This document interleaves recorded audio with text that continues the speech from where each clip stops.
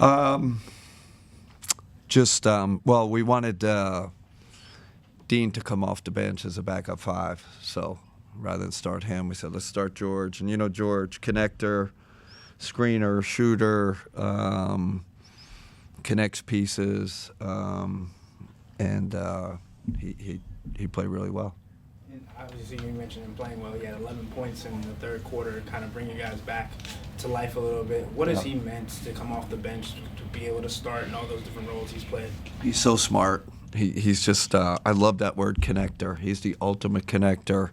And he kept telling me all year, my shot's going to come, my shot's going to come. I'm not making shots. I can, and he's, 40% career, I think. So I knew that was going to turn. But I love all the shooting's fine. I love all the other stuff he does. Such a cerebral player, makes everyone around him better. Danny. Tonight, it was Donovan in the fourth quarter, had a really big quarter. It's been Darius at times. Yeah. How valuable is it having two guys in the backcourt that are capable of taking over a game? It's the ultimate, luxury, because and they have this shared understanding. Like they just, they know, hey, you got to go, and I'll sit in the corner, I'll be at the elbow, or I don't have to be involved in every action, and they just have a great comprehension, great understanding of each other. And as a coach, when you have two ball handlers like that, and I was thinking when Darius is shooting those free throw, and two great free throw shooters that really count in the tight games, it's an absolute luxury. In your experience, how rare is that to have guys that are willing to take a back seat in those moments the way that we've Rare. seen? I think it's rare, which is normal. If you think you're the best player in the team, you want the shots at the end. That's kind of how it goes. That's kind of how the hierarchy is. But we don't have that hierarchy. It's more like who's got it going. Even Karras, when they feel him, they get him the ball. We just have this incredible chemistry, incredible understanding of each other, and respect for each other. It's beautiful to watch. You said 4 different players scored 20 points tonight. I'm not sure if that's happened this season or how rare that is, but the unselfishness of the team is fun to watch. Is that something you got a feel of when you first got here, that these guys were all that unselfish, or is that something you've even been surprised by? Yeah, like I said from the beginning, I knew it was a group that liked each other, that enjoyed playing with each other, and I knew we had good passers, right? We have good connectors. Ty's a connector, George Nyang's a connector, Dean Wade's a connector. So you got your major scorers, but the guys around them can pass the ball, and I think that's what you're seeing right now. That the ball really moves. It moves through them. We know where to get it. We make quick decisions. I was so thrilled when Draymond said the other day, he was just really impressed how we pinged the ball around, how we drive, kick, swing. We get it out of pick and roll. We get it in fast break situations, and it is it's Warriors-esque. It's really that type of ball movement. It's beautiful to watch. How do you gauge your team's defense against a team like Chicago that pushes it and plays with such pace? I don't know. I'm just throwing up this league. Everybody makes threes. Like everybody, we say, oh, this guy's shooting, whatever. It's just, it's the way the league is right now. Everybody's a threat from three, and you catch them on a night like tonight, and you just. I got to look. We definitely did not. Play great defensively, but it's also like the shot making in this league right now is incredible. What I didn't like about the first half, we only turned them over twice. I think in the second half we turned them over 13 times, and that's what we got them on. I said they're going to make their shots, but they don't feel us. So I felt like our activity got better in the second half. Jeff, before the game, Kenny, you mentioned that you told the team you have to play better tonight than that other Chicago game. Well, the Bulls made it close there and actually had a brief lead. So what was the key for you guys, just really seizing control after that? Yeah, I do think it was that second half where we picked up our activity and we started turning them over. First half we didn't turn them over at all, and we started getting deflections, started getting steals.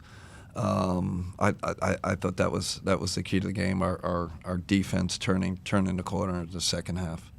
Jackson. You mentioned the Cavs offense is warrior-esque. What has made Darius such a great fit there? Great passer.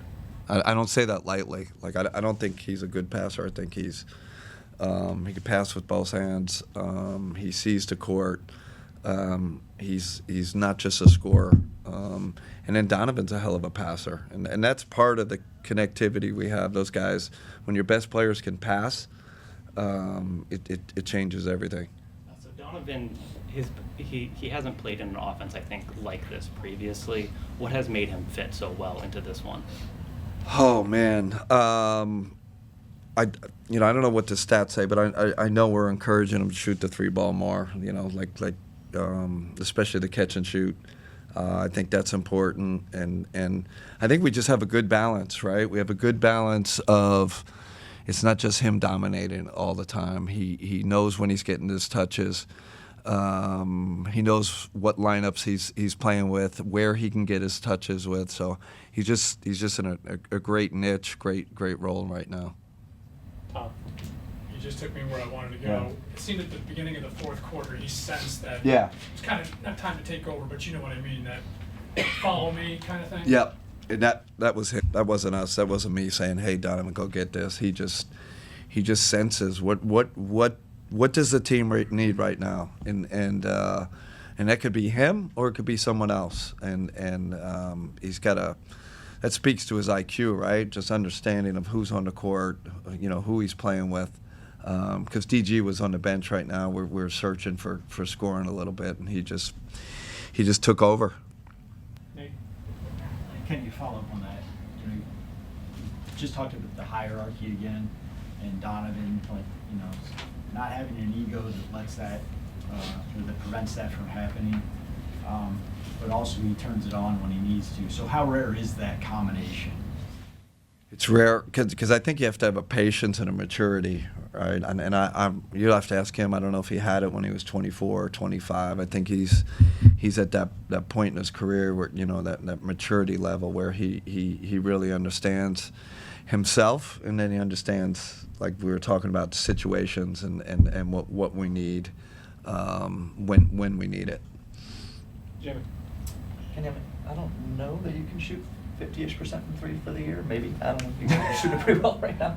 But how transferable is the confidence that you guys are building right now with this stretch? Yeah, we're not going to keep shooting like this. But on the other hand, we look at shot quality, right? I think I don't want to say it because I'm not exactly, but I think we're pretty high up in shot quality, right? So that's all you control is what your shots look like.